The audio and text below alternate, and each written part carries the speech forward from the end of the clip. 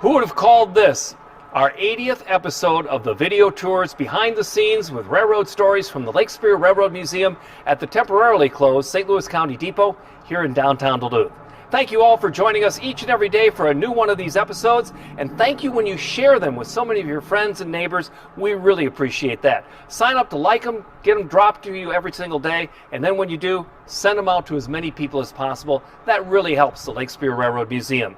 And don't forget, this week, you can still get in on our special offer. We'll send you a free $20 value museum guide just by becoming a brand new member of the Lake Superior Railroad Museum, and here's how you do that.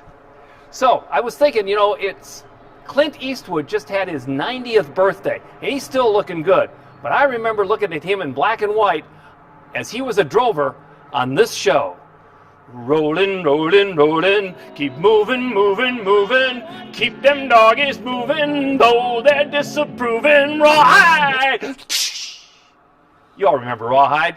Clint Eastwood was a drover. You know what happened after the Civil War?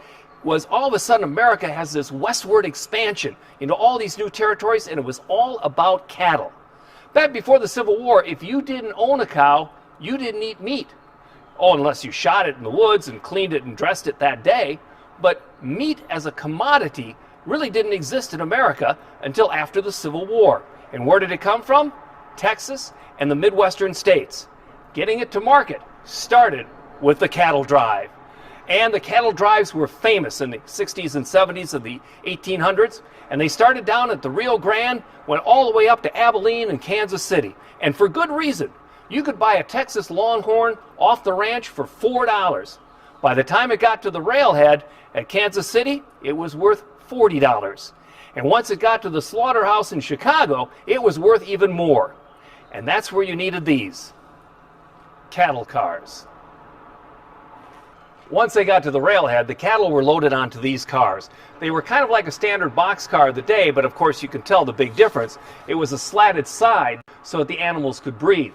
And there were 12 of them per car. So you needed a lot of these cars, and railroads built them by the thousands because they were relatively inexpensive to build, as you didn't have to cover the whole side of the car. And of course you had to have a ramp so the cows could get in and out once they got to the slaughterhouse in Chicago. This particular car was one of 499 that was built for the Northern Pacific Railway at their Como shops in St. Paul. And it served in the 1930s until the end. Now, keep in mind, by this time the cattle drives were pretty much over. This car was built very similar to the ones that were used in the initial days of the cattle drives, but this was a little bit later, as I said, built in the 1930s down in St. Paul. But they all were the same, whether it was the 30s or whether it was the 1800s. They were side braced on the outside, so there's nothing on the inside except the other side of this particular board on these slat boards, because if you had something like this on the inside, it would hurt the cattle, and you didn't want that. You wanted that smooth interior surface of just the board, so they were outside supports. And by this time, keep in mind, in the 1930s, they were already building metal boxcars, and they could have easily done that, except once again, because of the cargo, these cars held on and were being built the same way in the 30s that they were back in the 1800s. What happened to the cattle drives? Well, there was one really bad winter in 1887 to 1888. It was a horrific winter, cold, snow, and it came early. So at the end of the summer, if the cattle had been raised to their marketable weight, they started the cattle drive, and tens of thousands of them perished in the snow and cold. And then somebody said, instead of bringing the cows to the railhead, let's bring the railhead to the cows. And that was the end of the cowboy era.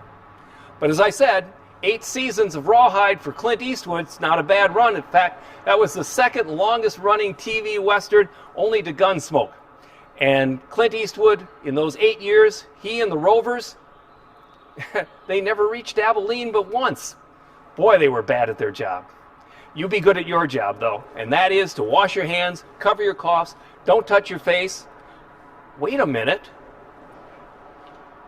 How did the meat get from the slaughterhouses in Chicago out to the markets in the East Coast? Boy, we're going to think about that. Why don't you tune in tomorrow? We'll tell you the rest of the story. Cows to market to consumers and how the railroads played a big part. And as I was saying, let's take care of each other.